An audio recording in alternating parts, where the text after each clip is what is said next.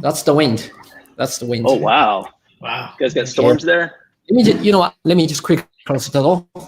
Okay. Hey, Sheldon, how you doing? Doing all right. Like my photo. And we're alive. All right. So good, obviously good evening and good morning and good afternoon, guys. Welcome to the Godox Talk. Yay! Today we have Jameson and Sheldon to share some of the cinematic filming techniques as well as the lighting techniques. Without further ado, I will just let you guys to introduce about yourself and talk about the past projects you have, and we can get the ball rolling from there. How about that? Okay, cool. Go ahead. Yeah, I mean, my name's Jameson Brooks. I go by Jamie for everyone that knows me. Yeah, been filmmaking for about 14 years now, and me and Sheldon have ran a production company for the last, however long, 7, 8 years or so. Yeah, almost 10. 10, and we've done everything from commercials to feature films to music videos, documentaries, whatever you name it. We've pretty much done it, and so yeah, here we are. I don't know what else to really talk about. Now, same for me. Me and Jamie have been, friends for a long time, and our filmmaking interests kind of came together, and we decided to start a production company about 10 years ago. Since then, we made a feature film. We've done numerous short films, and then we grind the commercial world for work and money, and that's our everyday life is editing or shooting. So you name it. Yeah. So did you guys do? By the way, did you guys do Luke's V1 video? Yes, we did. We worked with that Luke was and David fantastic, right? on both. Well, on their first 2 videos, I think. One was called Unveiled, and the other one, I forget what the other one was called.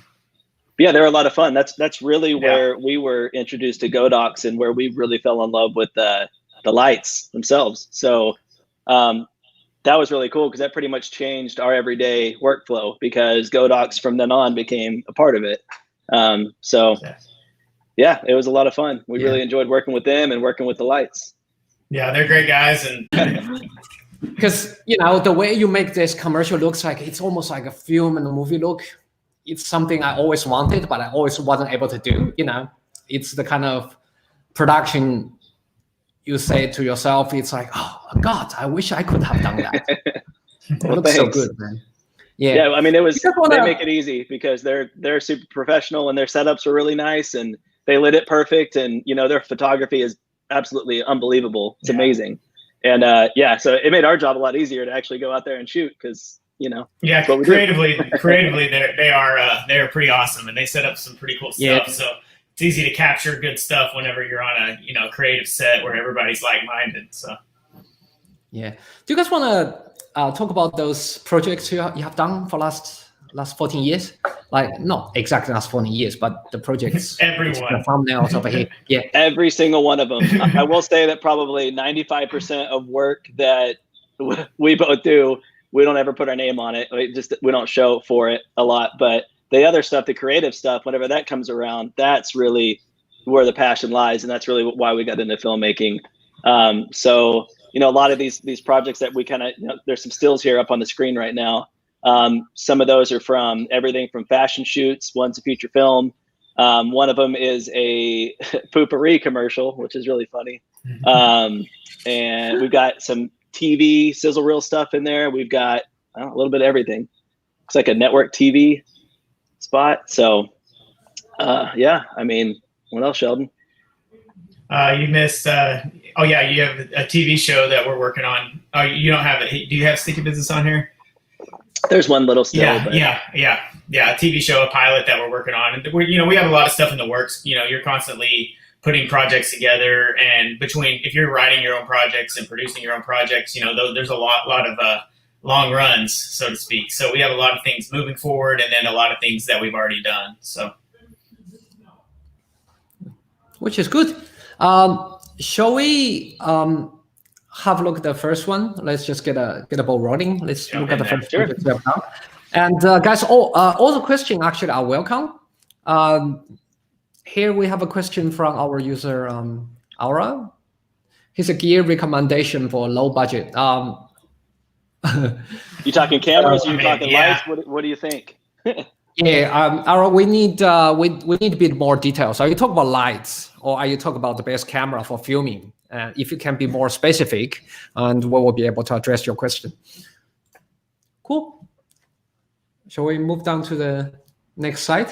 Yeah, fire up those questions when they come through. So, Can you guys see the question on the right? Yeah. Yes. No. Hold on. Yeah. Let me pull it up here. It's in private chat. Yeah. Awesome. There we go. Cool. Okay. So yeah, easy. Okay, I got you. Okay, just figuring all this stuff out. So okay. No worries. Sheldon, do you want to move down to the next slide? I'm sorry. That's mine. Yeah. That's not me. Yeah. So this is. Oh, sorry, Sheldon. That's okay. Sorry. You got me clicking it over here. Kind of some stuff that we've done over the years with awards and whatnot, some behind the scenes photos, and we just did a feature film called Bomb City, and a couple years ago we premiered it. It was based on a true story that happened in a town that we were both from, and we premiered it in front of the hometown crowd to like 1,400 people. It was an amazing. I don't know if you've ever watched a movie with 1,400 people in attendance, but it's pretty wild. So that was definitely a life-changing experience for us to be able to, work in the trenches on something for, it took us 5 years to produce this movie, and to finally be able to show, all these people, in the end, it was a lot of fun. That's pretty surreal. 5 years. Yep. 5 years. Yeah. Ground up. Yep. 5 years to independent. Yep. Jimmy, do you want to zoom in a bit, because this broadcast is going to be in 1080 sort of resolution, and on some device it's going to be 720. So if you can zoom in, we would be able to see the thumbnail as well as the text. That'd be great. Okay. Oh, that's a little much. How's that? Is that better? Yeah, that looks good. If I go, I can. How's that look? It looks good on my bigger screen. I would imagine the user will still be struggling to read the text. Okay. So if you can zoom in and just walk from top down, and walk down each thumbnails and talk about the details, that'd be great. Okay, so these are just awards for like I said, we've done movies, short films, commercials. And these are just kind of some of the awards that we've won throughout the years and stuff. Also the international awards. Yeah. I mean, a little bit of everything there. I'll say one that sticks out to me is the short of the week, which we produced a super low budget short film for about $400. It was called Behold the Noose. It was, we had a friend who we had an in at basically a awesome location. It's kind of a haunted house location, and we came together with him and basically brought our skills and then his skills. He's kind of a set builder. And a buddy of ours, was a pretty good actor, and we threw it all together and made something for like $400. We threw together a couple of police uniforms and paid a cop a couple hours to use the police car. But other than that, it was all what we had as far as gear goes. And we ended up, Jamie had submitted it to Short of the Week, and we ended up being featured on there. And that was kind of a big, that was a big moment for us early on in our filmmaking. That Short of the Week was a pretty big audience for us. So I thought that was a cool moment. Yeah.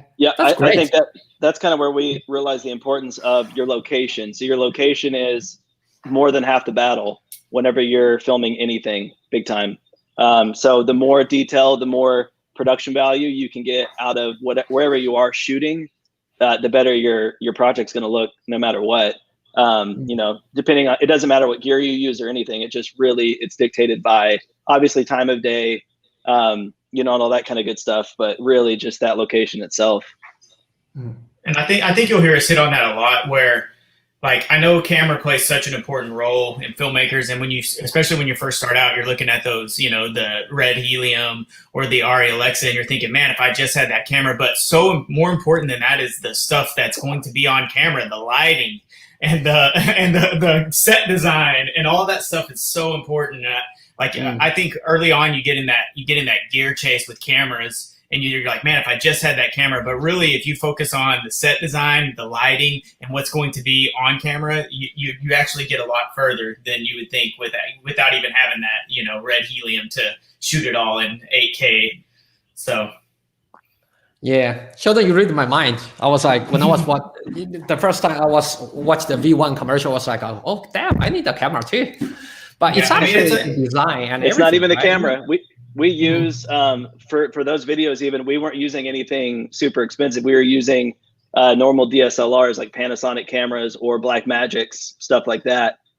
For that's really our run and gun setup for the most part. Are these the smaller little mobile run and gun cameras? And nowadays, the dynamic range and the quality and the everything that you get out of these little cameras is so much better that if you light up, you have a good location, you light it, you spend more time lighting and think about your composition more than anything, more than any of your gear, anything. You're going to get a lot better result every time. So here's a question here. Do you want me to answer this one, or do you want me to answer? All right. Here's your answer, right? Because I think Jameson and Sheldon just addressed it. Sheldon just gave you a case study of $1,400 production, and Jamie actually told you about what sort of Panasonic and the Blackmagic camera you were using. If you can share with us. So right, yep. Basically, every day is a GH5S and a S1H as far as Panasonic goes. Also, big fan of the Blackmagic cameras. Even the Pocket 6K, 4Ks. Yeah, awesome camera for the price. I mean, you can't really beat it. Really good stuff. But what we found out recently were these new Godox lights. My personal favorite was the LC500R and the Mini Creative M1 RGB M1. That thing is awesome. I don't know what they run with like $150, $200 or something. Like amazing little lights that you can just stick anywhere. We'll get into it a little bit more, but as far as like, filming anything on a budget, if you just have those cameras and you have these either one light or two lights, you're golden. You're good to go. You can go anywhere and shoot something really cool. Cool. Yeah, and I think a lot of that goes into like if you're working for, if you have a client and they have a budget, and for us, we want to take the job, but we want to work into their budget, because if you try to squeeze too much money out of them, no matter what happens, they're not gonna be happy with the result because they've spent more than they wanted. So with us, it's just having the lights and having the cameras and all that to, where we can go and still create an image that we're happy with and that we're excited about and that the client will then be excited about, and we can do it within their budget. And sometimes that budget does call for the red helium and the anamorphic lenses and all, the big setups and the grip trucks, but sometimes it doesn't, and we don't want to turn those clients down and or not give them what they desire. So cool. Thank you, Sheldon. Do you guys want to address this question about from our user Brian Paul? Yep. Yeah, what's up, Brian? Thanks for tuning in. Let's see. Hold on. Let me pull it up here. You think about color correction while lighting when you were shooting Bomb City? Absolutely. We thought about color correction. We thought about every small aspect. We had, wish I had it on me, kind of like a palette or like a lookbook, a mood board that was kind of the foundation of everything that we were going to shoot. We took that and we presented it to Jake Wilganowski, who is our amazing DP. And then he was able to take that and then bring that to life. So we definitely had, some of our favorite movies, some of our favorite commercials, all the looks. I mean, I spend so much time on Vimeo going through all the likes from like all the artists that like I really respect and appreciate their work. I see what they're looking at. And I just, that's how I get my inspiration anyway, with all the looks and the coloring and everything. And from there, I just build a mood board out and we take it scene for scene and see what works. And I mean, even during production, you and Jay got together and y'all put together a LUT, which we saw on our monitors that, was already a reference to this color style that them two had worked out together. So I don't know if everyone's familiar with the LUT or not, but lookup tables, they are incredibly useful because you're able to actually color correct your shot without baking it into your shot. So you can kind of see what the finished product will look like before, you're stuck with it, so to speak. So they're super useful. And a lot of times you'll use, a bunch of different LUTs and everything. Just, like, oh, that look isn't the look that we wanted. That's not working for this location or this lighting or whatnot. But that is definitely a good way to start and to know what you're going to end up with. So you preload all the LUTs in your, let's say, Ninja or Atomus, and on the scene. Yeah. Not all the time, but it's more important that your exposure is good and that your subject is in focus. You need to focus on that before you focus on any coloring. But because many times I focus more on the color and then I've totally blown it on an image, so it happens. It's important though. I definitely think though, if you can at least have 3 go-to LUTs, to any shoot, just to see what works, and clients appreciate it too. They don't want to look at a flat, crappy image. They want to see it, polished and what it's going to really look like. And that's really how you impress. You spend a lot of time explaining to clients. No, it's not going to look like that. Oh, tell me about that. You're not really funny, right? Yeah, struggling. Here's another question, but let's just address that after we finish the slides, shall we? Gotcha. Yeah. Sure. What do we got? I don't know what you guys can see. What can we see here? Yeah, we can see it. It's the it's got the Bella B at the top. Okay. So yeah, this was just some stuff that, graphic design plays an important part as far as my composition. It goes into filmmaking. I'm kind of a graphic designer at heart.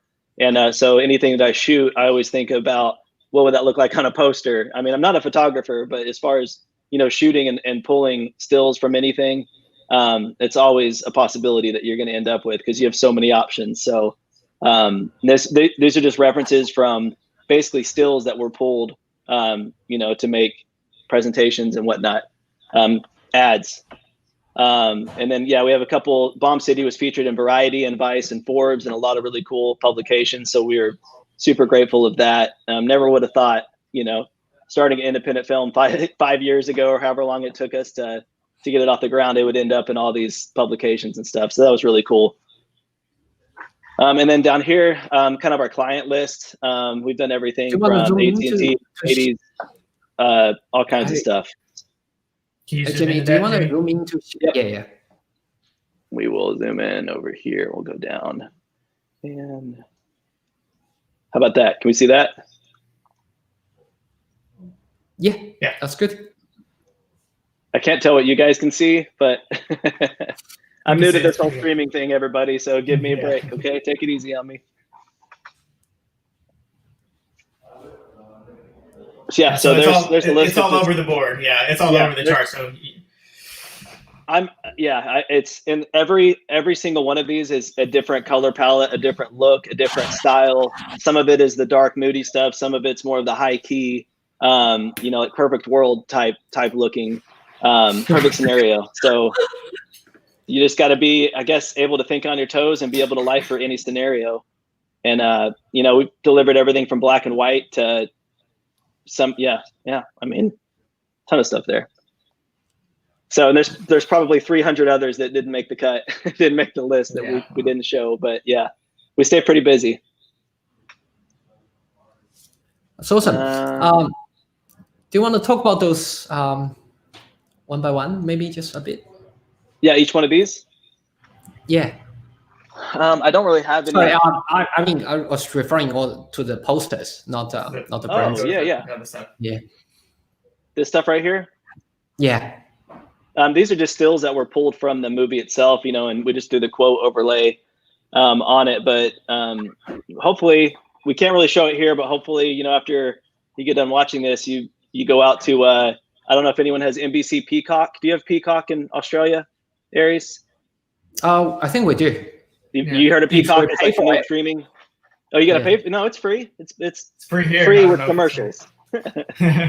But Bomb City is up on Peacock right now. So it was on Amazon Prime. It's been on HBO. It's been, what else, Sheldon? It's been all over the place. Yeah, it's on IMDb. It was on IMDb TV on Amazon. I'm not sure if when we went to the Peacock, the NBC, that it switched. If they took it off Amazon, I haven't seen that. So I haven't went back and looked for it, honestly. But it is definitely on NBC Peacock. So and Tubi TV as well if you want to watch it for free with no commercials. Or you can go to iTunes, the regular routes and find it if you want to, rent it or purchase it. Yeah. or just ask Sheldon, he'll send you a DVD. If you want to throw me the link, I can actually reply to everyone to say, you can check out about here's the link, rather than, because under time constraint, let's just not show it here. Sure. Yeah. But we can give a link. People can watch it at their own time. Yeah. So here's just some of the poster, the artwork and stuff for the film.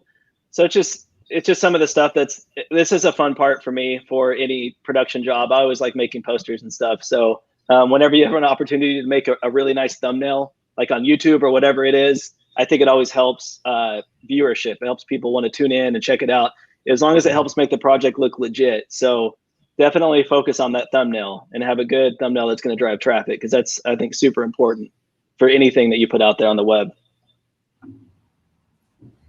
So yeah, so we have a little bit of everything here. So it just shows you from some of the more edgy work to some of the more corporate style stuff. And so on the bottom right, we have, I don't know if you're able to see it that well, but they're just decks and stuff that we do that's aside from filmmaking itself. We do a little bit of everything. So yeah, the print materials and all that stuff.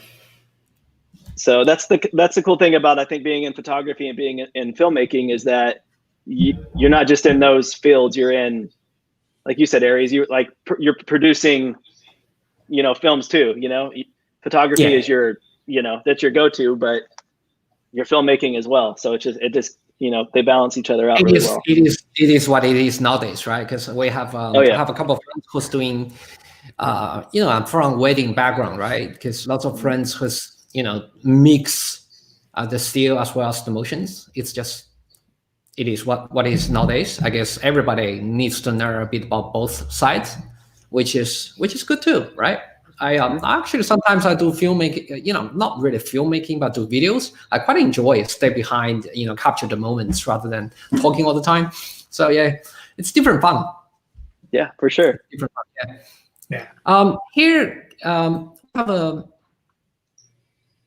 question from Brian.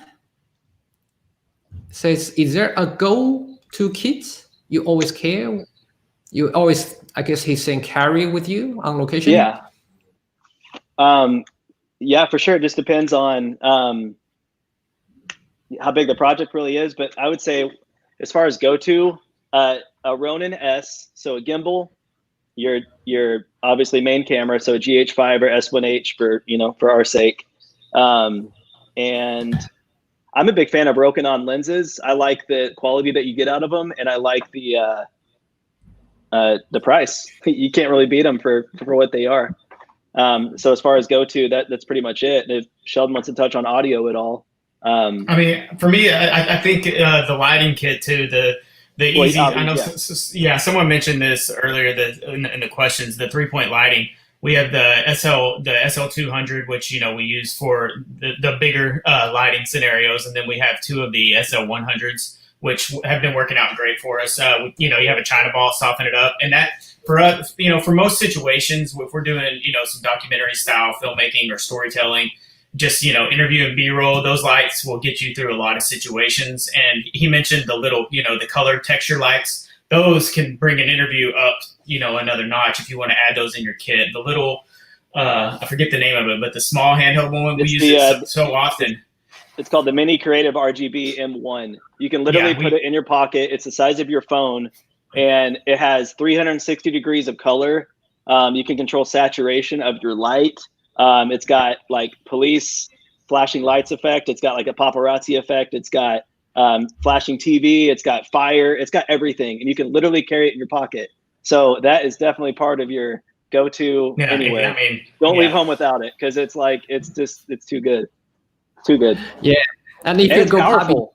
That thing is powerful. Like I was so impressed with like how much light it could emit. I mean, it's this big, and it's just like crazy. Yeah. I was joking with my friend the other day. I said, if he's co-pubbing, he should carry the M1 with him, because it comes with a music mode. He can just keep on music on himself. Lights on a music mode. Yeah, it's I think F16. So when the music starts, it's sort of flashing with a rhythm, like dum dum dum dum, things like those. Interesting. That's crazy. It's pretty funny. Yeah, it's pretty funny. I tell ya. So here is a question from Parker. We actually know Parker. Yeah, we know Parker. Giving us a hard time. He's Hi, Parker. He's a great producing friend of ours. So he works on a lot of the projects with us and stuff. So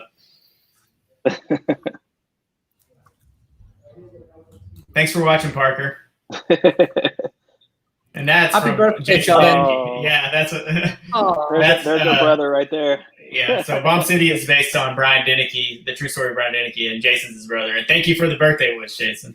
Hi, Jason. Yeah, happy birthday, Sheldon. Are you Virgo, right? Yes, you got it.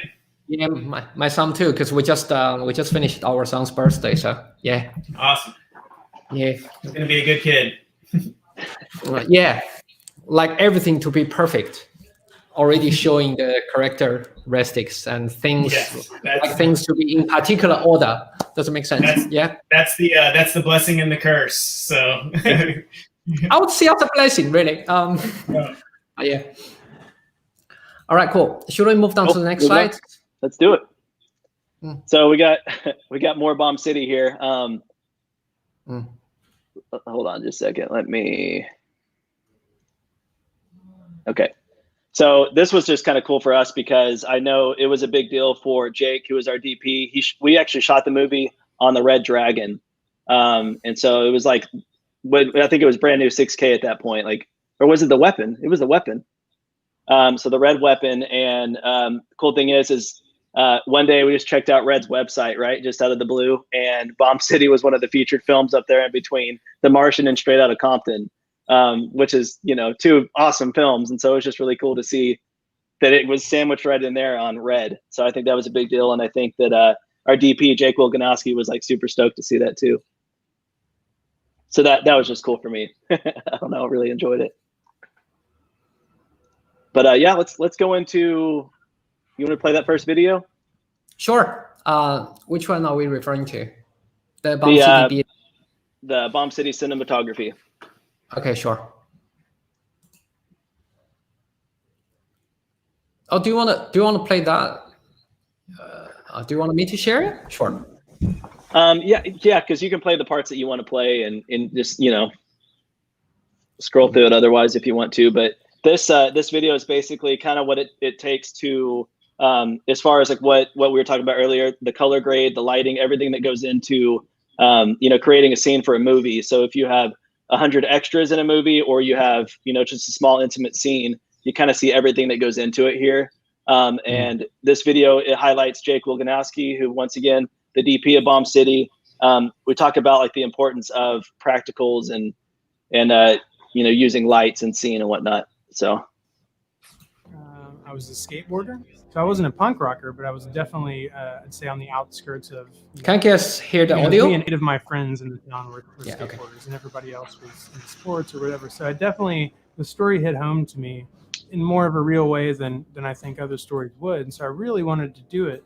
When we were talking about this film, when Jamie and Sheldon first approached me, they didn't come at me with a blank slate. They very much had a palette already built. And part of that palette was this look that Anamorphic gives, which is a very sort of stylized look, but I also feel like it can also lend a bit of realism. A lot of the movie is very run and gun and kind of in your face and more of what we call a beautiful documentary. And I think Jake, did an incredible job of making everything seem so realistic and authentic, from the wet downs to the handheld, the running, the oneers, it was a very challenging task, and Jake was game. So Bomb City is a pretty active movie. There's a lot of handheld with the punks, but there's also a couple other times that we did some specialty stuff. We kind of go all over the place camera wise. There's a lot of handheld with the punks. There's a lot of jib work. The film opens with a shot that the director Jimmy designed. It would be a one take thing that sort of gets you in the movie without sort of revealing what the heck's going on. It kind of gets you really interested in the story, and then it cuts away.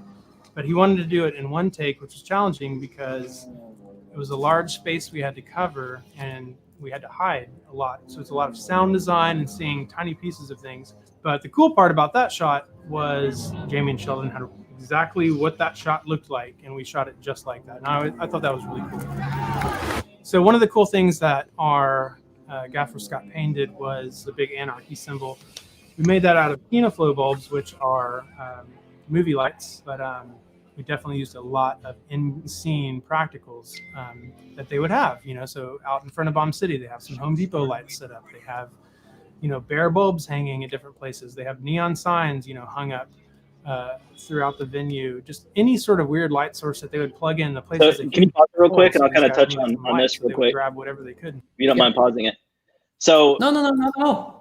Here, what you have. What's kind of cool is that the usage of this is kind of a new trendy thing, is the difference in colors in your scene. So like if you look, you've got your yellows, you got your greens, you got your reds. There's so many different color palettes going on here. And so that's what's really cool about these new Godox lights, is the fact that they're all battery powered. You can literally set them anywhere. They can be part of the scene. Like you can actually film the light itself, which is really cool. I really enjoy being able to use a light as a practical source and showing it in the scene, like in camera, as opposed to always hiding everything. I just feel like you get a lot better. This looks more real to me. I don't know. But anyway, that was kind of what's really cool about this is, Jake was able to implement this technique and throughout the whole movie. So anytime that you see in the movie, you see the punks, the punk rocker type guys, their life is always very chaotic and very vibrant. And so there's a lot of color going on. And then the other spectrum of things with the other side of the story is more of like football players and kind of more a corporate world. And so that one's less flashy and it's a lot more toned down as far as colors and mood go. So that was just kind of the difference in, what lights and color can do. They're kind of a character in themselves. And so that's kind of what we wanted to establish here. So that was really important to us throughout.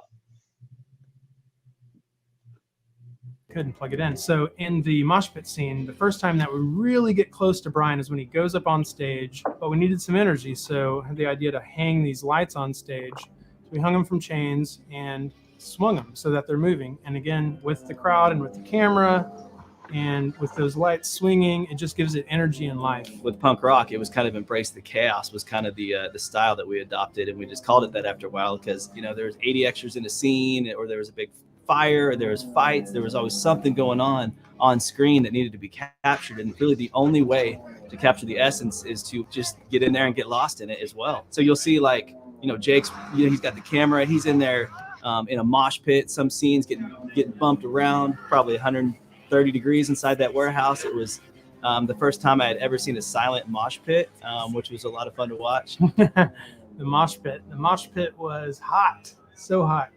The cool thing about it is we were in there. We were kicking people. Our key grip, Richard Porter, he was my point guard. And so he was literally, we were in the mosh pit. So he was protecting me. But the fight scenes were definitely chaotic. I mean, you basically had, 30 people in a mob. And so we had fight choreographers and all this. And the way we shot it generally, we'd hone in on little moments and little pieces. And we know we need these beats. And all kinds of crazy stuff. And he was. But all the in-between stuff and what happens in between these moments was very documentary style, which I think is very cool. It's very exciting to shoot. So what's cool about these right here, so if you want to play that car. So back it up just a hair, and I'll kind of touch on this car setup. So if you see our characters here, fortunately, this car had a sunroof. So this is where like an LED comes into play really nicely, where you can mount an LED to the top of the sunroof and be able to project some light over the top, just barely any, just a touch of it, and then some out front as well. So that's the importance of having, we didn't have a process trailer here. So a lot of movies that you see, you actually put a car on a trailer and you're able to light all around it. Well, we didn't have the budget for that here. So Jake and Richard Porter, our key grip, they had to build this contraption where if you back it up just a hair again, just a little bit, let's see, a little bit more. There you go. You kind of have an idea. Wait, there it was. You had it with the car. The two cameras were pointing in there. There you go, right there. So here you have an idea of kind of the setup here. So we got a light up top that's going in through the sunroof. So that's kind of our key light right there. And then the two camera setup on the side. So And then other than that, we're just using the available ambient light through the atmosphere that they lit up in that parking lot to get, whatever shadows and whatever kicks in from there. So we definitely didn't want it to look like, I think a lot of the problem with, certain car shots is people put too much light inside the car and it doesn't look real. So we kind of do something later on that we'll touch on, not in this movie or anything, but another project where we go the opposite of that. So I'll touch on that too. But for this instance, because it's a real life movie, we wanted to play the realism part. So that's why subtle light was very key right here. Which I think was very cool. It's very exciting to shoot. And so the police raid scene, Jamie definitely wanted that super gritty, which I loved. Like, he wasn't afraid of going dark or anything. He was just like, yeah, go further, more and more. So we basically had a gag where, all the lights go out, and then of course, the police come in with their big flashlights. And it's like, yeah, that's cool. It's definitely chaotic and weird. Oh, so you have all these crazy police lights and flashlights going around, and then this like slow pulsing, garish yellow-green light. And then when they end up in the bedroom, the room with the window, we have all that going on, and then we have the police lights outside and their big spotlight window. So everything's active. Like, there's nothing stationary. You've got the yellow lights blinking, you've got the police flashlight, and then you've got the lights going together with the sound design and the editing.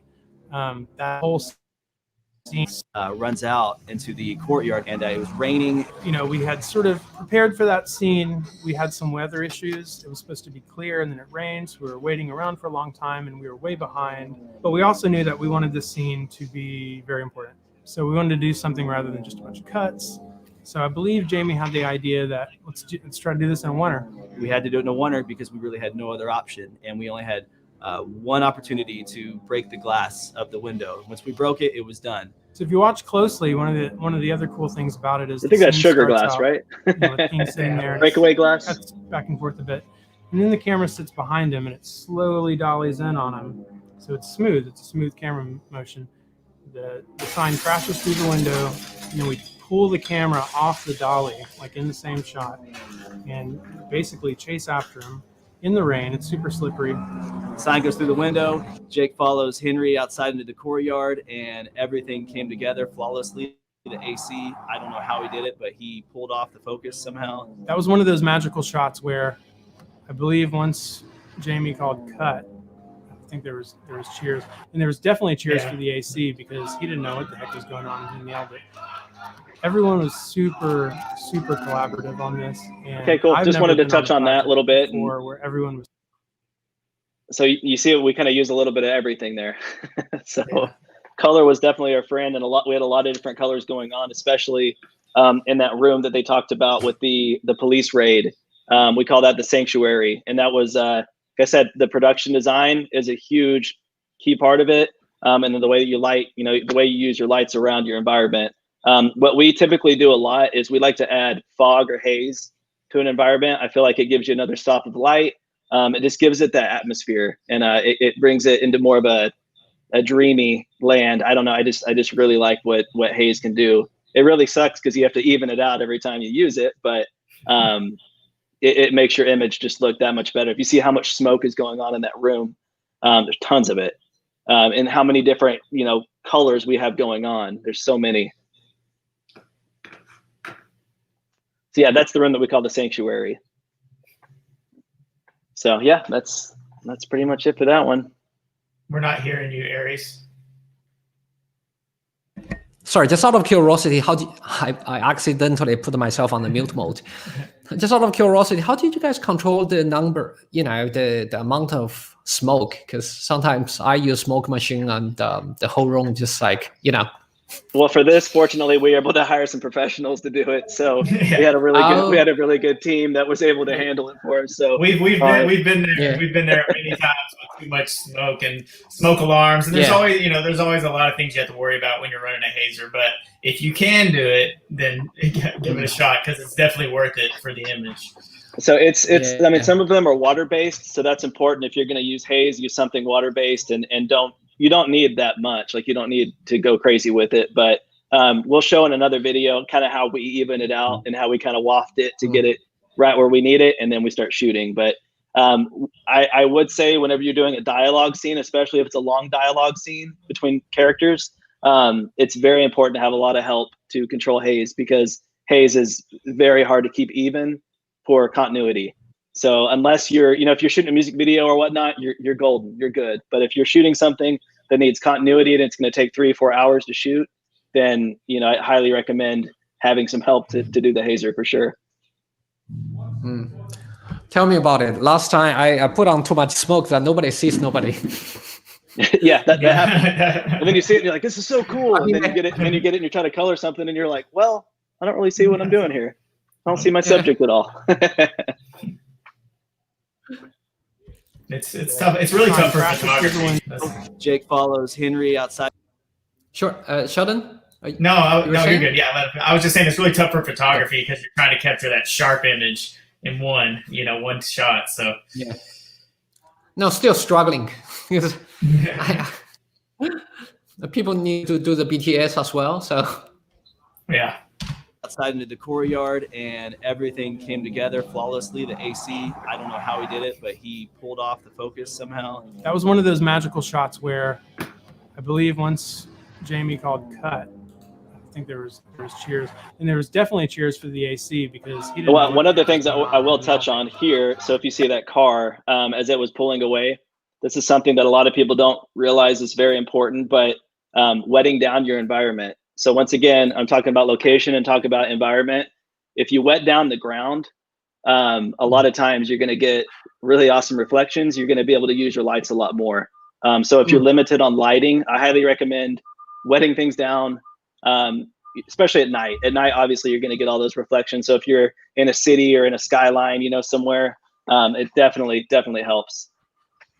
So hazer, I mean, any time of day, you can do day or night for the haze or the smoke, and then wet downs at night. And yeah, I can't say enough good things about doing that. It's hard to wet it down evenly, so you got to look out for that. But if you're able to do it, sometimes it sucks to film in the rain, but sometimes you got to do what you got to do. Yeah. Just put a trash bag around your camera and get out there and do it. Done it millions of times. I believe once Jamie called cut, I think there was cheers, and there was definitely cheers for the AC because he didn't know what the heck was going on. He nailed it. Everyone was super collaborative on this, and I've never been on a project before where everyone was so invested because everyone thought it was such a cool film. I mean, the story is amazing, and how we were shooting it, and just the interaction with the actors, like everything just gelled, and it was just such a cool experience. It's a very special movie to me, and I think it always will be, and I think a lot of people feel the same way.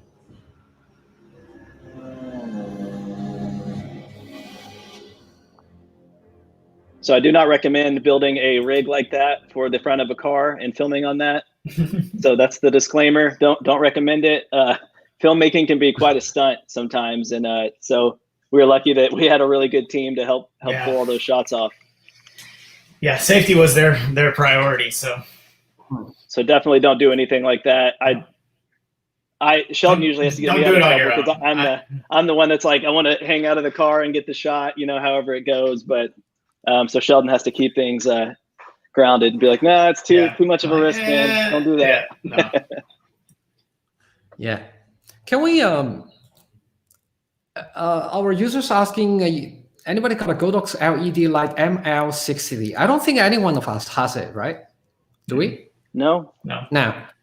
I'm sorry, we wouldn't be able to answer that question, but if we do receive that in the future, we will address that in the future. I think ML60 it's a portable light, so like you can handhold everywhere. But I don't think we have any stock in Australia yet, so I'm not too sure. So here's another question. It says, but it's more practical when it's just using simple equipment. Is there any pro tips for me? Because I always avoiding technical stuff. I agree. It's always way better to use simple equipment. You're going to get more shots. You're going to get more coverage, and coverage is usually, I'm an editor at heart, so the more coverage that I can get and the less I'm fumbling with equipment, the better it is. So if you have time and you only have, let's say, 8 shots to get for your project, like you have 8 literally compositions you need to make for your edit to be complete, then you can spend time on all the technical stuff. But I mean, yeah, if you're just running and gunning with simple stuff, then it is what it is pretty much. But I like that mentality. I just, I don't ever let your gear stop you from going to shoot something. So usually as you go along, when you need more gear, you'll have the opportunity to acquire it, but don't let it stop you right now from shooting something with what you got, because there's always a learning experience. There's always an opportunity, and sometimes you can show up somewhere and it just works, and you don't have to have all the special tools and all the special things. So just keeping it simple is really, the best way to get better at what you do, because with the right lights and a small camera kit, you can create some beautiful images, and it'll take you a long ways. So honestly, getting lucky is probably 80% of it. It's that's my philosophy anyway. Sometimes you just get out there and you never would think that you'd get a really good shot, and sometimes things work out. So if that camera's not there, you're not shooting, then you won't ever know that. So sometimes your best moment is a surprise. And that happens a lot of times. Yeah, if you're fumbling with gear, you might miss a creative moment. So whatever gives you the most opportunity to be creative and tell the story you're trying to tell is more important than, all that stuff. So cool. Here is a question from Cedric. I started Final Cut Pro. I started with BMX and skateboard videos, and Final Cut was my go-to. It's all I used. And then now I'm Premiere Pro, so I'm Adobe Creative Cloud. I think ever since they came out with that Creative Cloud, you can use After Effects, InDesign, Photoshop, Premiere, everything. Adobe has that full suite. I mean, I get that it's a monthly payment, and that kind of sucks, but as far as the amount of software that you get, it's hard to beat. I do like Final Cut. I haven't used it in a while. I haven't even tried Final Cut X. One thing that I know I wanted to try was DaVinci. So I don't know if anyone else has tried DaVinci, but it's kind of something I want to dabble in. But right now it's just been Premiere Pro for the most part, just because I'm the most familiar with that. Sheldon, are you using the same workflow or? Yeah, I think it's once After Effects and the integration between After Effects and Premiere came out, it was just so easy for us to switch to the cloud. And, everything was kind of the same workflow. You can go to Photoshop, you can bring those files in. There was no issues with files. Now I think everything's a little more seamless. So Final Cut Pro works great like that. And DaVinci probably works. All files are a little bit more integrated. But when we switched to Premiere, it was the integration that kind of, brought us there, because we were already working in After Effects, and then you were having to export out and make sure it's compatible. And all that compatibility was important. But now everything seems to be seamlessly compatible. And I don't think that there's really a wrong software to be using. No. Whatever you're familiar with, and take some chances. If everything has free trials. If you want to try it out, go do a 30-day free trial and give it a run. I think one thing that I liked about the Premiere timeline, at least, is I was able to edit 6K red code raw files natively, for an hour and a half movie, which is I don't know if I could at the time. I mean, this was 2016, 2017. So it's been a while, but I think ever since then, that's whenever I kind of fell in love with Premiere. Was it didn't crash on me, and so I just really liked it. So I don't know, but yeah, Final Cut's good too. I need to get back in there and try out Final Cut again. Let's talk about. Should I play the reel? Sure.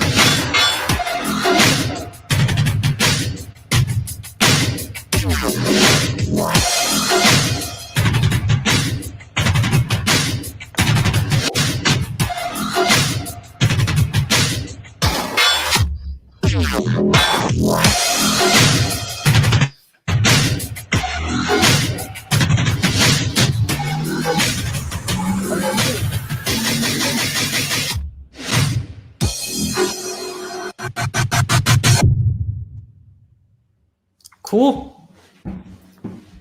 So that's just a mix of all kinds of stuff. All right.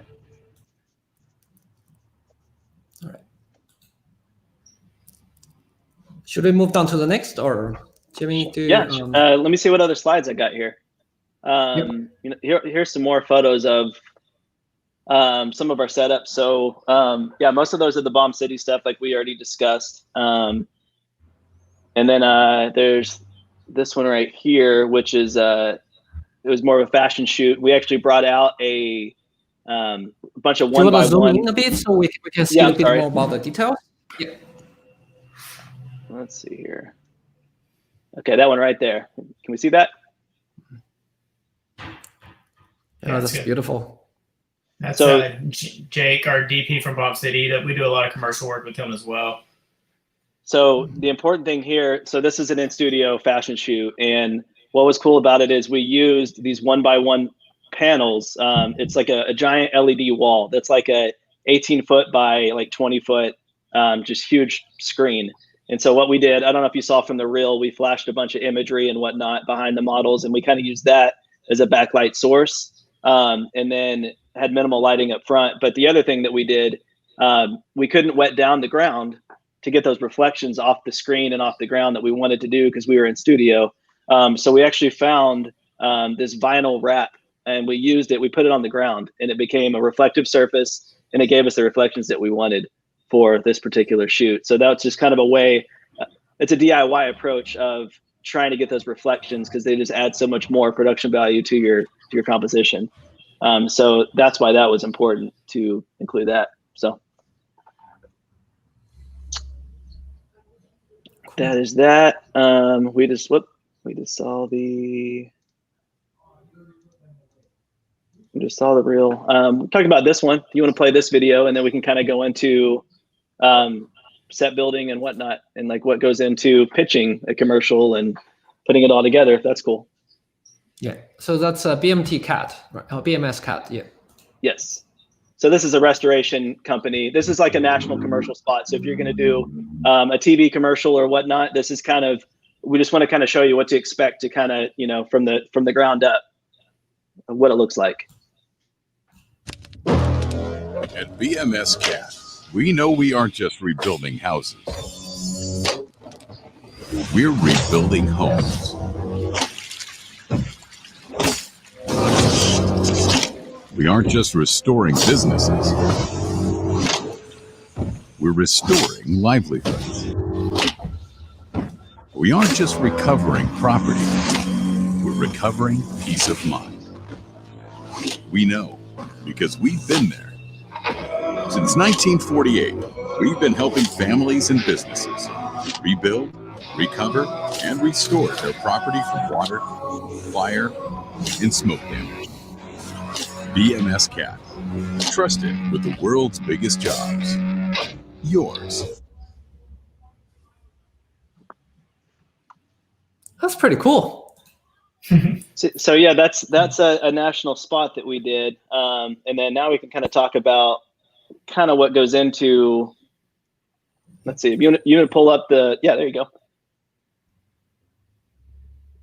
So this one was interesting because in that commercial you saw that we had to flood an office out, we had to set a house on fire, and we had to film some pretty normal looking office stuff in the meantime as well. So those were kind of our, and daytime stuff inside the house. So there were a couple different setups that we had to do. We had to film it pretty, and we had to film it destroyed. So we had 2 days in each location, and we had to create destruction in between the beautiful pristine. So it was interesting. So let me zoom in here. As far as our pitch went, you know, we had an idea, a concept of we were going to composite fire, use some visual effects work, and then be able to use a motion tracking camera device that allowed us to show the same dolly again and again and again. And what we did was layer in the different levels of smoke and lighting and atmosphere that the fire would have created as if there was a fire inside that house. So there's a little bit of a breakdown I can go into later on, but it's a lot of stuff. But just wanted to kind of show that. So this is kind of like, as far as our pitch goes, this is kind of what we showed the client You know, we made a little mood board like this, and we were like, hey, this is what we're thinking, what we'd like to do. So that explains that a little bit. And then this was a thing. So I'm not a interior designer by any means, or an architect or anything, but we knew that we needed an office, and we knew that we were working in a controlled environment, and it was in a warehouse, but we had to be able to flood it. So the idea, I talked with Jake, who was the DP on this one, and he said it would be best if we position the camera facing no windows. So you don't want to shoot directly into a window. You want your window to be the side light source. So if the sun's coming through, you want it to kick through that window, especially in a warehouse where we have to frost out a window because we don't want anyone to know that we're in a warehouse. So you have to hide the fact that we're working with that. So that's what this window's for. Everything else is a brick wall. LED accent light. So this is where LEDs come in handy. I mean, you can make anything look more realistic and more beautiful with just a little bit of accent lighting here and there. So here's basically what we did. Let's see here if we're able to see this. Okay, guys. Yeah. This image right here. So we're able to build a little wall, dam off the water, and flood it out, and not have a flash flood in this office, in this warehouse.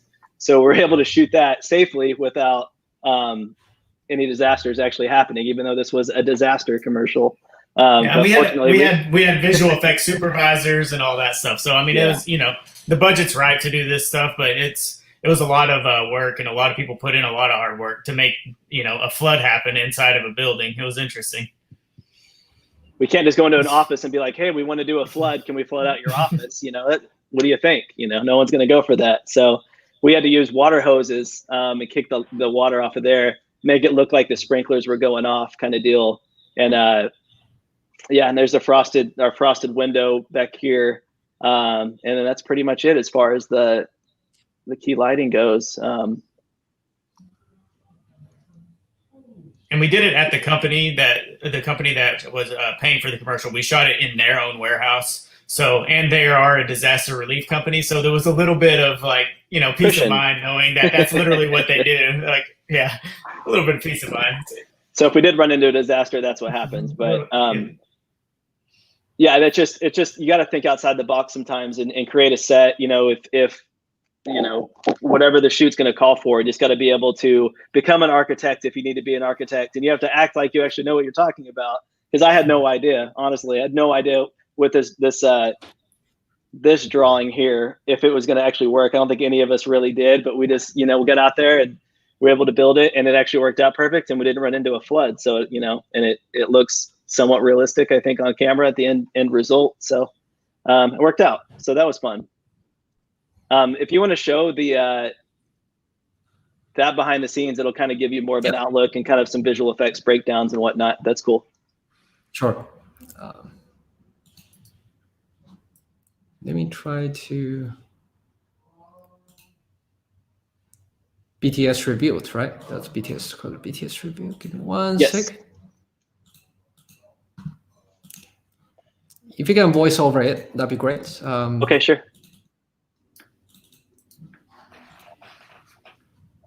I mean, it's just music, so yeah.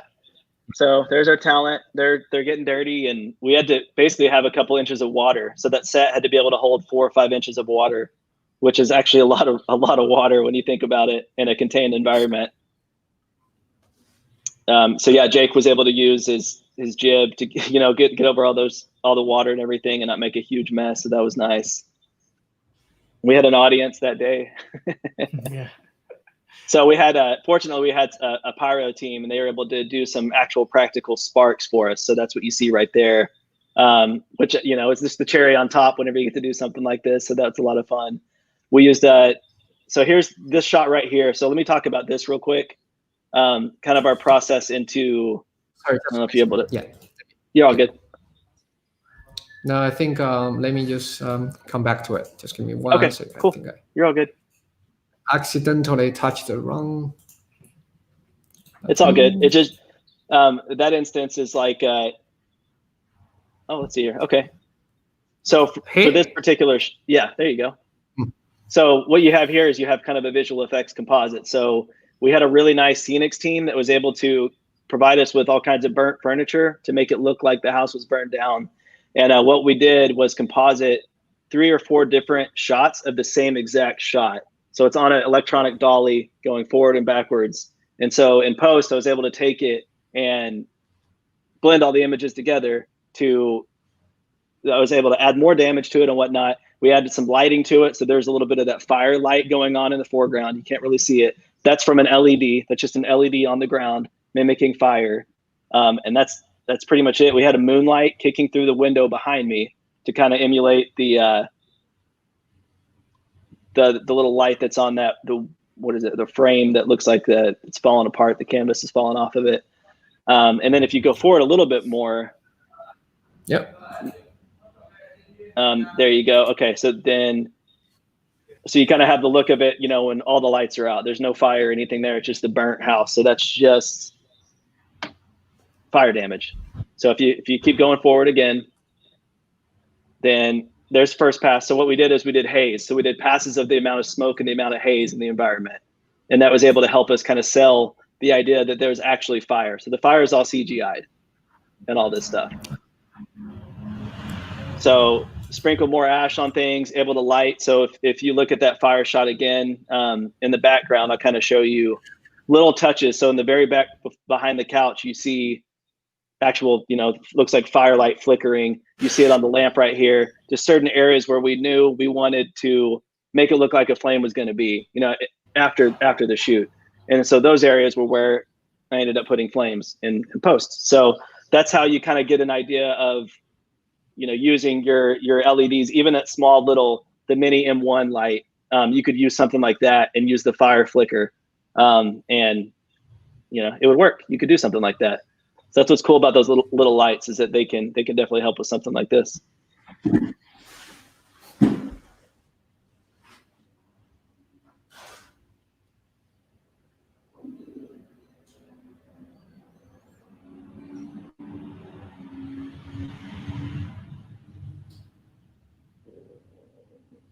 Okay, and anyway, so there's kind of the idea. Just wanted to kind of touch base on, what it went into creating something where you have water, fire, and, more of a nice practical setting too. So that one just kind of touched all the bases of having a lot of different looks in one particular spot.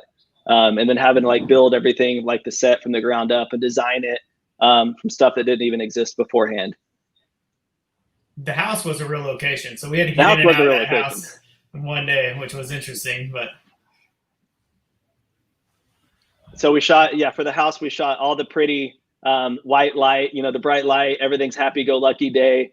We moved all that out, and literally 2 hours later, the Scenics team brought burnt furniture, burnt everything in there, and lit it up like the house had been caught on fire. So that was really cool. And that's kind of the importance of having, a good solid team that can kind of help you out on, this is a bigger shoot. So I get, whenever you're running and gunning, you're not going to be able to do anything like this. You need to focus on either having a location that's just bright and perfect, or that's already burnt down. But fortunately, we just had a team that was able to let us pull off a lot of stuff in one day. That's just the importance of having, a big production. Anything else you want to touch on that one, Sheldon? No, I think you got it. Okay, cool. Let's should we play the video first? So play the video first, and then what I'm going to talk about here. So this is going to be more of your run and gun, your smaller team type shoot. So I just wanted to kind of go from a bigger shoot to a smaller shoot and see what the importance of this is. Give me 1 sec.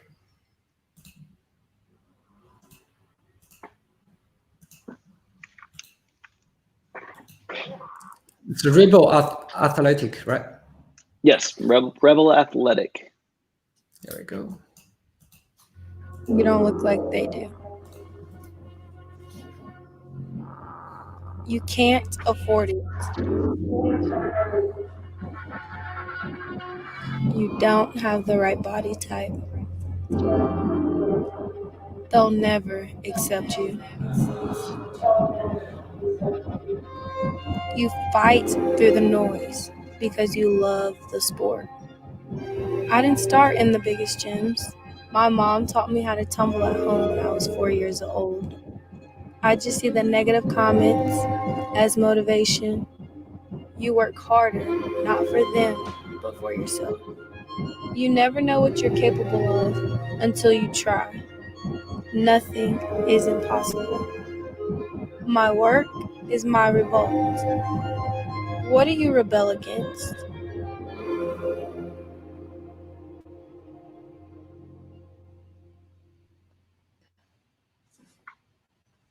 Okay, so there's that spot, which was a smaller commercial. What was the crew on that? It was you, Sheldon, me, and Hammer, right? Yeah, 3, and then Erica was there, I believe. And Erica. I don't remember. Yeah. So very limited 3 or crew. 4. Yeah. Very limited crew, and once again, location was key here because this particular spot. So as far as some of these images go, this girl, to kind of give you like sum it up, she's an Olympian. She's amazing at what she does. But this whole spot was about body image and about being not comfortable with the way that you look, or it's actually about being comfortable with the way that you look, regardless of, you know, what other people think. And for this instance, cheerleading, everybody thinks that cheerleaders need to be petite, little, you know, little types and whatnot. And Angel's not, but she's like an amazing athlete. She's an athlete, yeah. She's an awesome person. And so the important thing about this one was obviously the composition, because it was kind of like she's battling her own demons throughout this whole little tone poem kind of thing. And so we thought that it was really important that she was more silhouetted in a lot of the shots. So like if you notice on, let me zoom into here, guys. So this particular image here, fortunately we had a lot of windows and we had some sunlight that helped us out, but we had to haze the crap out of this gym and shoot it. And we actually had some other key lights on the ends, but I won't touch base on those. But you don't always have to have like front light on your subject to get a really cool composition. So here she's just straight up backlit. That's it. That's all the lights that we have on her. And I feel like that's important, especially when the body image is a, you know, particular element that you're trying to portray. So that was really one of the things. We wanted to do it subtly without trying to hit it over the head too much. And all these compositions here are center frame. So I don't normally like to do just center straight down the middle framing for anything. I like to usually do something off to the side or, you know, angle it. I'm just not a very big fan of straight up and down symmetry. And, you know, unless you get lucky and your set works, but fortunately for this, it worked out. So I think based on that, she was doing a kind of a tone poem and she was battling her inner demons. I think that keeping her character centered in all these compositions here was like really important to help the story, you know, become a little bit more clear for what it was. Just out of curiosity, did you guys use a Panasonic or? This was shot on the Alexa. Yeah, this was an Alexa Mini. But actually, some of the shots are GH5. Yeah. So sometimes we'll cut back and forth between an Alexa and a GH5. So sometimes you can hide it and nobody can tell the difference a lot of times. So some of these shots are GH5, believe it or not. One of the key things that we did here, though, was anamorphic. We shot anamorphic. You get the wide aspect ratio. You get some nice flares. It just helps everything kind of look more cinematic, and we just really like the style. I'm a big fan of anamorphic anytime that we can use it, for sure. And vintage lenses, I think vintage lenses are some of my favorites, for sure. Yeah. Here's a question from our users. If you want to. Man, I wish I knew. I haven't used it. I keep talking about it too. You want to make the jump, but it's hard to make the jump when you're mid-project and it's a client's project. And there hasn't been a time where I was like, okay, I have time to get in and kind of experiment, but I really want to try it out. I just haven't had the chance. And I know, Jamie, we talked about it the other day. I'm not too familiar with node-based software, and I know DaVinci's all node-based, so it kind of scares me a little bit, honestly. But as far as the quality and the color correction, like it is the industry standard, you know, in coloring, and you can't go wrong with it. I hate, the one thing I do hate about Premiere is that when you export, sometimes that happens. So you get a little bit of color that fails or whatever. The color quality isn't quite there like it is in DaVinci. So, you have anything to add, Sheldon? No, I think that's when we started talking about it. Was the Premiere exports have a different, little bit bit off on the color. The Lumetri color, it comes out a little bit different than it looks in the the viewer. So we've talked about DaVinci, and their color science is so good, and we were overly satisfied with the Blackmagic cameras, and they're just a great company. So you want to try what they're putting out. So we're with you. So here's another question about the wrap. Do you guys want to touch on that? What was the vinyl wrap? Because I thought about plexiglass and it would be very expensive. Are you talking about on the ground? Because yeah, he's talking about the Bella V, the LED screen reflected on the vinyl wrap on the floor. Plexiglass would get interesting too. I think it was too expensive. I think vinyl wrap is actually a lot cheaper. And you're able to just tape it to the ground, and it wasn't sliding everywhere. I mean, Sheldon, you knew more about that. You helped set that up. We went to a local. We actually worked with some guys that wrap cars around here, and we called up one of our local vendors. He owns a wrap company down here. We went in, and he showed us a bunch of different materials. We talked about what he thought. He was an expert in the field. We did some camera tests at his shop, I know for sure, and we went home and ordered the cheapest one that was closest to it on Amazon. So that was that. Cool. But I mean, plexiglass could work. Yeah. Yeah. Anything that reflects, I think in that situation, plexi would have been weird because vinyl is at least secure for the models, and they were already wearing some pretty high heels. And I know we were shooting some bubbles in there, and it got a little slick on the vinyl wrap. So I think plexiglass might have been a little bit dangerous. Okay, cool. You want to move on to some Godox tests? Yeah, sure. Sure. Okay, cool. Let me full screen this here.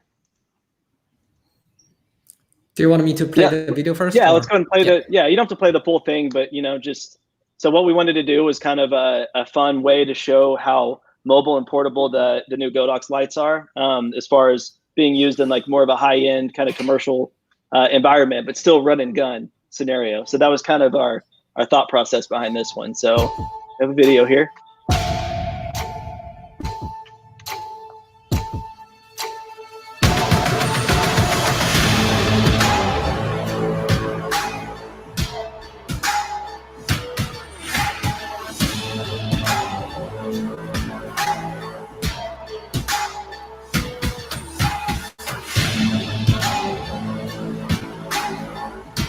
That's what I love about the portability of those lights. You can put them anywhere.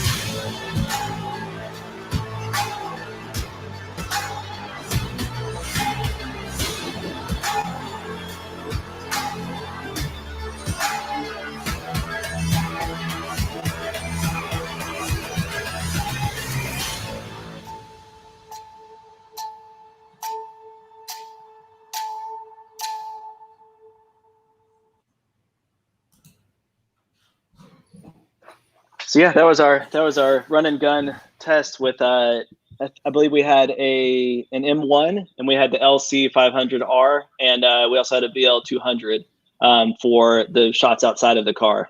For the key light.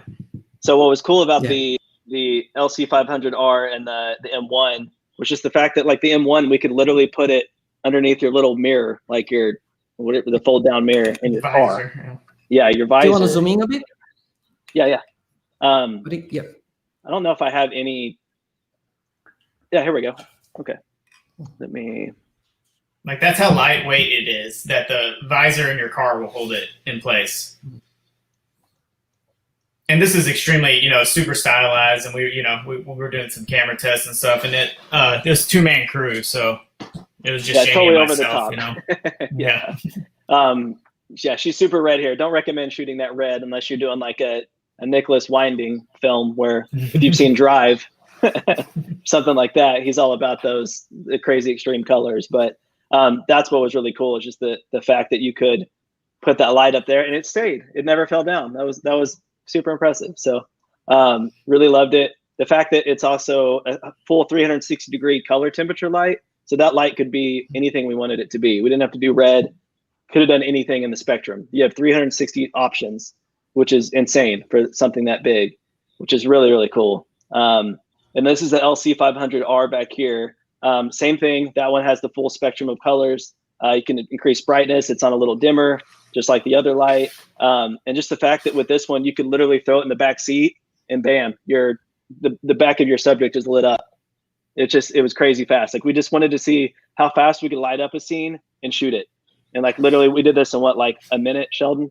Yeah, and I did like the readout that the screen readout, because I could just go from one light to the other and be like, okay, I'm set at this hue and this saturation, and I can match without having to look at it and eyeball it. It was the exact match. And I you know, as far as there was only two of us and I'm trying to work both lights, and we're both setting up the cameras on the car, and you know, this was, you know, not specifically for a client, so we had a little bit of time, but we're in that situation all the time where we're doing multiple jobs. You know, we call it WIT on sets, whatever it takes. So we'll set up lights, we'll do, you know, I could be running audio, he's running camera, or we're, you know, vice versa, any of those jobs at the same time. And these lights are quick and they're fast and they're reliable. And that was, I mean, you know, the VL200 is super awesome because if you look at the location we're at, we're outdoors. We don't have any access to the interior of these buildings. There's no electricity anywhere around us. So if our light needs to be plugged in, we don't get that key light right there. And that VL200 runs on those V-mount batteries, which is awesome. So the portability is huge, especially in, you know, a type of situation where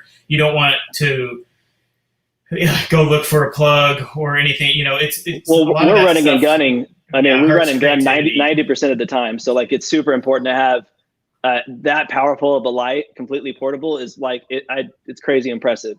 It's just really cool because that one, you could literally take it in a go anywhere kit and you could light up anything that you needed to. It's still compact, but it's super powerful.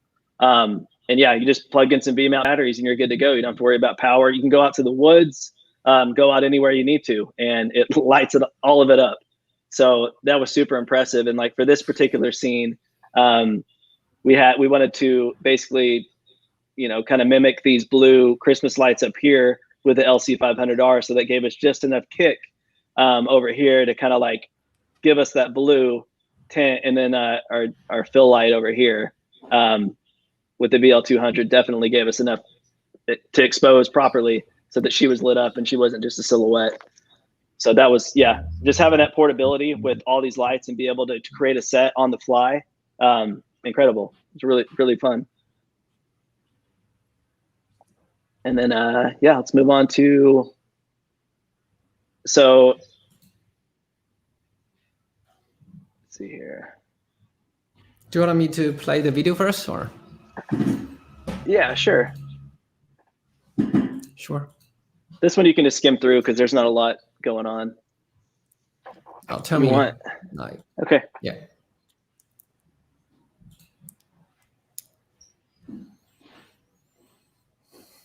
Do you see the audio? There's no audio. Do you hear the audio? All right, let me try. Okay. No, there's no audio. No, there's no audio. No, there's no audio. There's no audio in the video. Okay. We'll talk over it. Okay. Yeah.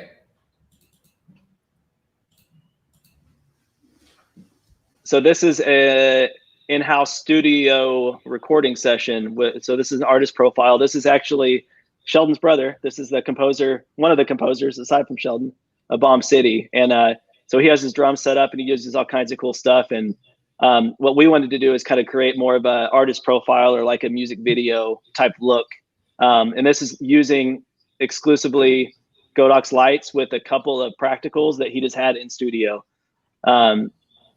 So we'll kind of go into the BTS here in a little bit, but it's just shot on an S1H and it is anamorphic with a Lomo 50 millimeter anamorphic lens.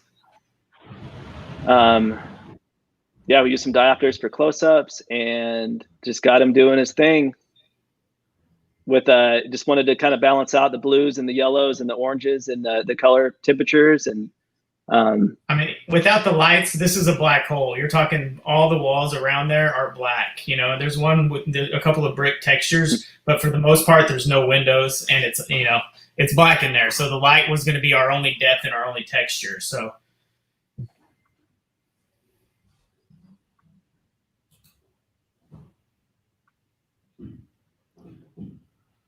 So yeah, you have an idea here, and then so yeah, let's go into the behind the scenes of it, and then we'll. All right, let me.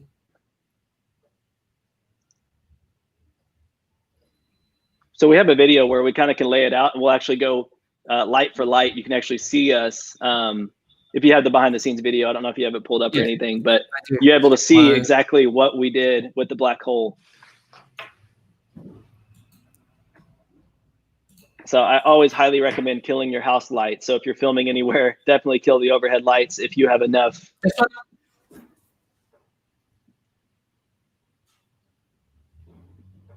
Is that this one? Yep, that's this one. Yep. So there's a couple of in-scene practicals other than the Godox lights, but what we're doing right now is showing you exactly what color temperatures and what our settings were for each of these Godox lights that we were placing to create the video that you just saw.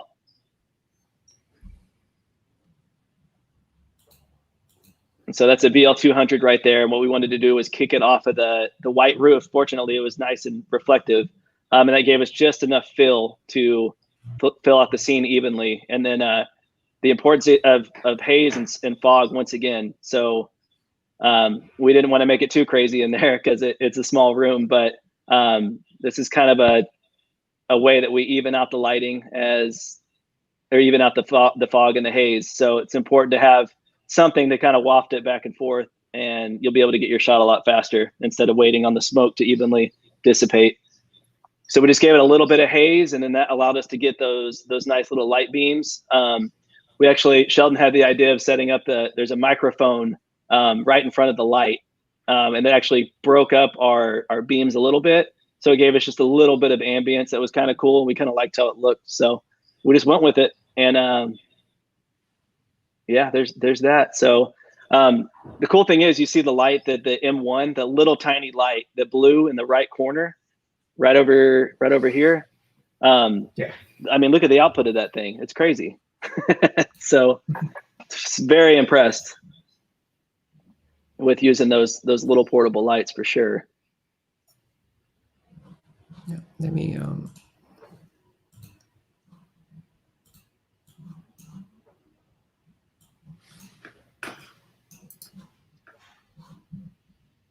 You're okay. I can just talk about the photos and stuff. I got photos brought up here if you want to do that.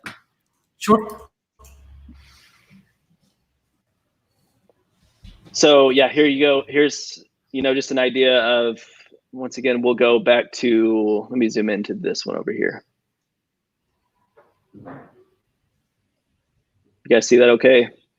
Yeah. So that just kind of gives you an idea of, everything that we used. Obviously there's some in-scene practicals. There was like a lamp that was there. Anything practical that you can use that actually matches and can help balance out your scene. Definitely try to use it if you can. I feel like it kind of helps bring everything together nicely. But the Godox lights, I mean, it gave us enough power. We had the 200 over here. I believe we were at 100% power on this one. And that's also what's cool about these SL100s and SL200s is you're able to dim the exact brightness that you need, and they're super powerful lights for what they are. So they do a good job. They create really nice beams. So if you ever need the spotlight of the beams, that's something that we're always wanting to have, no matter what the shoot is. Big fan of beams and the haze that it creates and whatnot. Just like how it looks. And the LC500R over here, I just like that you can put it in the scene and film it as it just lays there, just as like a bare bulb. Which is really cool. I just think it looks really cool. It looks like it's part of the environment, like the piano and stuff like that. Just kind of makes it look like it's just something. Maybe it's some instrument down there or whatever. But yeah, so it's just a way to create, a very high-end looking environment with, just a small little studio. I mean, you could do this anywhere on any kind of setup. So that was kind of fun. You want to touch any more on this one, Sheldon? No, I think you touched on pretty much everything. Yeah, it's the SLs are plugged in, and the VL, I think we are. We did run a power source to the VL because we went ahead and plugged it in. Yeah, I mean, because when you have that's the great thing about it. You don't have to use batteries; it'll plug in too. So yeah, that's pretty much that. So definitely try to use gels if you're going to use any kind of gel. Obviously, the M1 and the 500R, the LC500R, they have the color balance like they're in the light itself, so you're able to adjust it in the light. But as far as some of the bigger powerful lights, you have to use a gel in front of it. So definitely it's a cheap way to be able to balance things out and to be able to give your scene some pop and some more color. So big fan of using those. And here's kind of a breakdown of what we're talking about here. So here's the lights that we use. So we haven't got to play with the VL300 yet. I assume that's going to be more powerful, right? Have you got to play with that one yet? I haven't got a chance, but I think with that you can sort of combat, the ambient light a bit during the day, like especially among the trees or in the woods. But I'll give a go. I'll give a go and I'll let you guys know. Cool. And then these are our go-tos. This is interview setup. You do anything, anywhere. These are the plug-in ones. These SL200s. You able to see that? Yeah. So we use some sets of SL200Ws and SL150Ws and love these lights. They're extremely bright. They fill a room, they fill any environment you want to put them in. They're amazing lights. Once again, we keep talking about this little mini creative light. That's what's really cool is the fact that it's the size of your phone and you can use it for so many things. It's just such a Swiss Army knife of a light. It's really cool. An LC500R, if you want to see what that one looks like. Once again, it has that dial on it, which is really cool. It's got a little LED screen and you can, skim back and forth and dial your settings in on it. So which is really cool. And then, there's all the lights in the set once again, the way that we used it.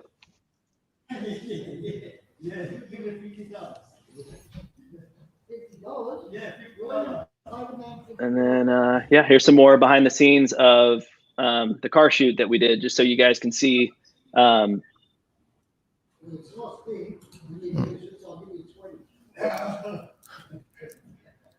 So the ability that a light this size is able to be powered by these batteries alone.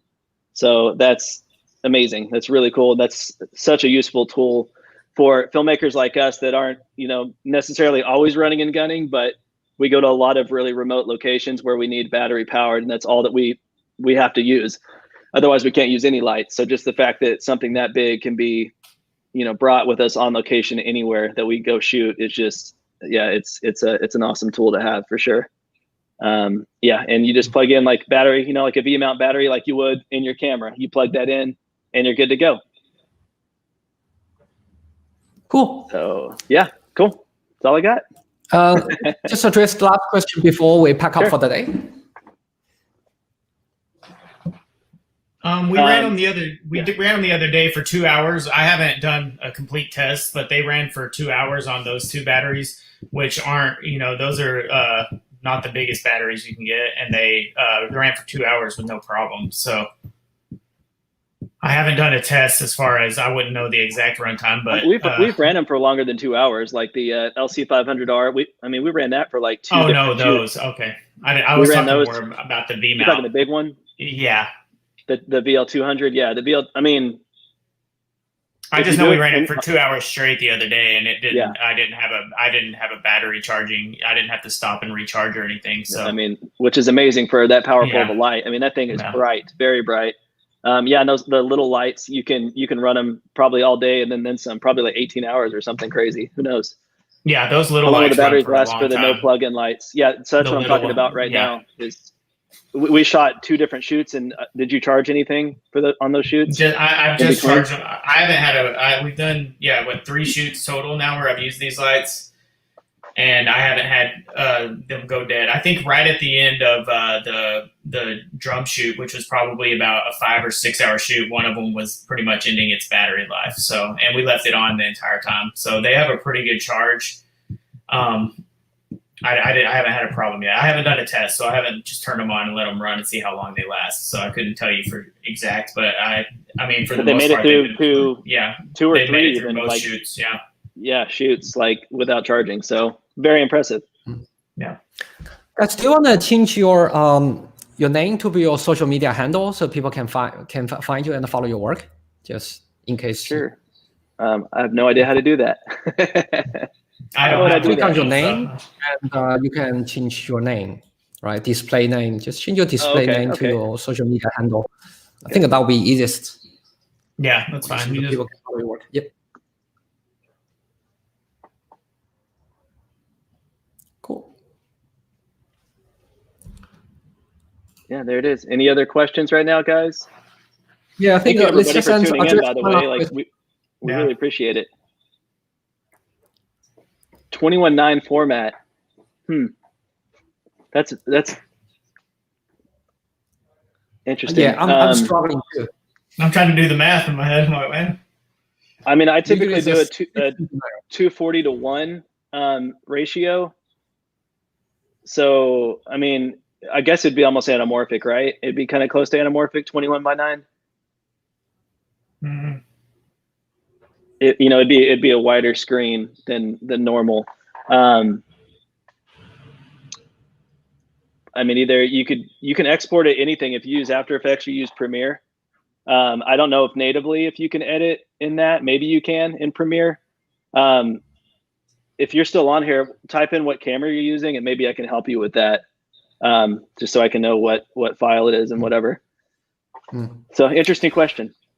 Yeah, thank you so much, guys. Thank you. I want to thank Jameson, and thank you, Sheldon, for your time. Yeah. Thank you, guys. I was overloaded with tons of information to process with. Yeah, we do that. We talk fast, so. Yeah. No, for that way, I appreciate that because I do lots of photography, I do lots of flash, but I don't do that sort of multiple lights, LED light setup or stuff like those. That certainly was very informative. I appreciate your time and thank you so much. And yeah, guys, we appreciate you. And I will see you guys around. See you guys until next time. Thank you guys. Thank you so much. Bye.